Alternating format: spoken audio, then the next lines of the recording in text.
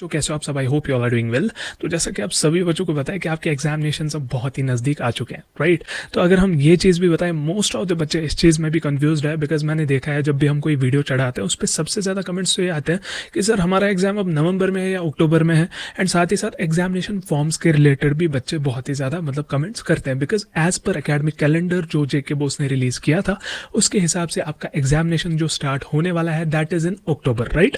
अगर आपने academic calendar देखा हो तो। एंड उसी में साथ ही साथ ये भी मेंशन था कि आपका जो एग्जामिनेशन फॉर्म्स का सबमिशन जो है वो स्टार्ट होगा जुलाई के मंथ में, लेकिन जुलाई का मंथ तो अब खत्म हो चुका, राइट? तो मैंने इसी रिगार्डिंग ऑफिशियल से बात करी थी। दे सेड कि विद इन 1 वीक हम स्टार्ट करेंगे ये प्रोसेस। जो आपका एग्जामिनेशन फॉर्म एग्जामिनेशन के लिए रजिस्ट्रेशन जो आपको करनी पड़ती है तो उसका जुलाई में होना था, लेकिन उन्होंने बोला विद इन 1 वीक, तो दैट मीन्स अगस्त के मंथ में ही आपकी जो रजिस्ट्रेशन है वो स्टार्ट हो जाएगी, राइट? एंड साथ ही साथ हमने उनको एग्जामिनेशन के बारे में भी पूछा था। अगर आप ये चीज देखेंगे, जो बाइनवल का एग्जामिनेशन है खासकर 10th और 11th का, 12th का तो चल रहा है, 10th और 11th की अगर हम बात करें, उनका जो एग्जामिनेशन है वो 18 अगस्त से स्टार्ट हो रहा है और सितंबर में खत्म हो रहा है, ठीक है?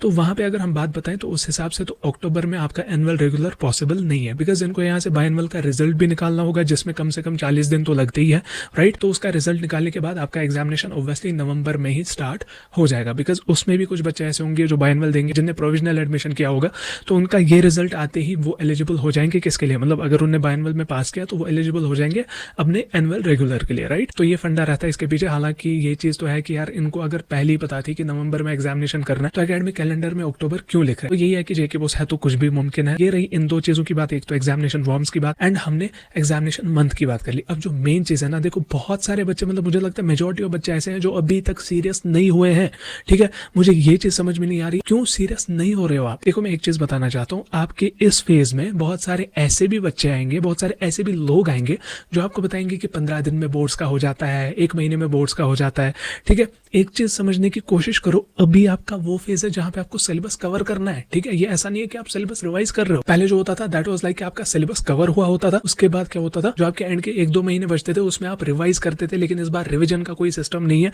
अभी आप सिलेबस ही कवर कर रहे हो, उसके बाद देखा जाएगा जैसे ही आपका सिलेबस कवर होगा, जो आपका टाइम बचेगा उसमें रिविजन कराया जाएगा। लेकिन एक चीज दिमाग में रखना, just do it for your parents यार। देखो सिर्फ मैं ये नहीं बता रहा कि मार्क्स के लिए ही पढ़ना है, मार्क्स के लिए नहीं पढ़ना है आपको। देखो जब मैं 10th में था मैं ऐसे पढ़ता था, जो भी सब्जेक्ट्स मेरे थे मैं ऐसे उनको कवर अप करता था, ऐसे कंसेप्ट्स को कवर अप करता था कि मैं 10th में 10th के बच्चों को पढ़ाता था, मैं 11th में 11th के बच्चों को पढ़ाता था, 12th में 12th के बच्चों को पढ़ाता था मैं। तो वो चीज तब पॉसिबल है जब आपके कंसेप्ट्स अच्छे से स्ट्रांग होंगे। एंड मैं ये दावे के साथ कह सकता हूँ, अगर आप अभी भी मुझे 10th 11th 12th के कुछ भी कंसेप्ट्स पूछेंगे, मैं उस चीज को आराम से आंसर कर पाऊंगा। मैं ये नहीं बोल रहा आपको सिर्फ बोर्ड के लिए पढ़ो, मैं ये नहीं बोल रहा कि आपको मार्क्स के लिए पढ़ना है, आपको अपनी नॉलेज के लिए पढ़ना है एंड इस वे में पढ़ना है, ये लॉन्ग टर्म तक आपके दिमाग में स्टोर रहे जो भी आप पढ़ रहे हो। एंड ये भी है, मैं नहीं चाहता कि कोई भी बच्चा कल को फिर पछताए यार, बिकॉज आपने रिसेंटली देखा होगा कि फिर जेके बोस के बाहर कैसा क्या सीन हुआ था जब रिजल्ट आया था। तो वो बच्चे क्या कर रहे हैं, अब बाइनवल एग्जामिनेशंस उनको देना है, ठीक है? एंड मुझे पूरी उम्मीद है अब वो बाइनवल एग्जामिनेशन में आराम से इस चीज को क्रैक करेंगे, बिकॉज उनको समझ में आ गया होगा कि हमने उस टाइम गलती की थी, ये गलती अब दोबारा नहीं करेंगे। तो मैं आपको अभी से ही अवेयर कर रहा हूँ, मेहरबानी करके अपनी पढ़ाई स्टार्ट कर दो। अगर अभी भी पढ़ाई नहीं स्टार्ट की है, अपनी नॉलेज के लिए पढ़ाई स्टार्ट कर दो। Just do it for your parents. कल को देखो ये चीज है, मैं नहीं बोल रहा मार्क्स मैटर करते हैं, हाँ 12th के मार्क्स कहीं ना कहीं मैटर करते हैं, बिकॉज आगे को स्कॉलरशिप्स होती है, आगे बहुत सारे कॉलेज ऐसे हैं जो आपके 12th के मार्क्स के बेसिस पे एडमिशन लेते हैं, ठीक है? देखो 12th के मार्क्स बहुत ज्यादा मैटर करते हैं, 10th और 11th के मार्क्स वैसे मैटर नहीं करते। बट एक चीज सोचना, जब कल को रिजल्ट आता है, फिर जब वहां पे आप देखते हो कि 300 मार्क्स हैं, 200 मार्क्स हैं, लेकिन यहाँ से आपको पता है कि मैं तो एक्सपेक्ट कर रहा था 450, 480, या मेरे पेरेंट्स तो इतना ज्यादा एक्सपेक्ट कर रहे थे।